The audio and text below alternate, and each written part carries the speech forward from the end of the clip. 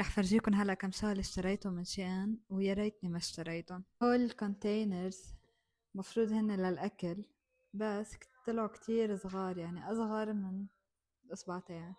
هيدي اللعبه المفروض هي بتعبوا فيها مي وبصير بيقعد تامي تايم عليها، فبس تتعبى مي بتصير كتير تقيله، ببطل فيكم تغيروا لها محلها. تاني شي انا بس جبتها كنا حنبلش نفوت بالشتويه، فحسيت انه حيسقى بطنه وهيك، فكمان ما استعملتها ابدا.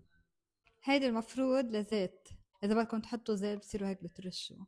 اول ما جبتها كنت مبسوطه فيها وعم رش يطلعوا قليل، فصير رش زياده، ضل رش.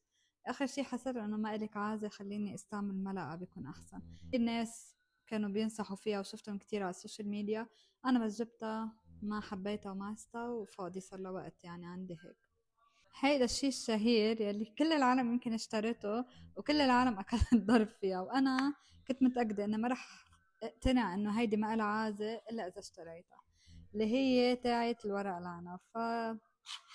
طلع ما لها عازة ابدا، بالعكس اصلا بتعلق وبيعلق مع الورقة والورقة بتنخزي.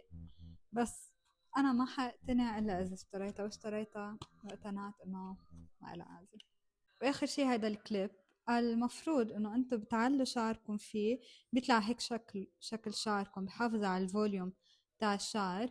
بس لما جيت جربها علق شعري ببعضه، بتزبط اكتر على الشعر الخفيف، بتزبط اكتر. انا لانه شعري تقيل دغري كان عم يقشط، فهي ممكن تكون منيحة بس مش لإلي.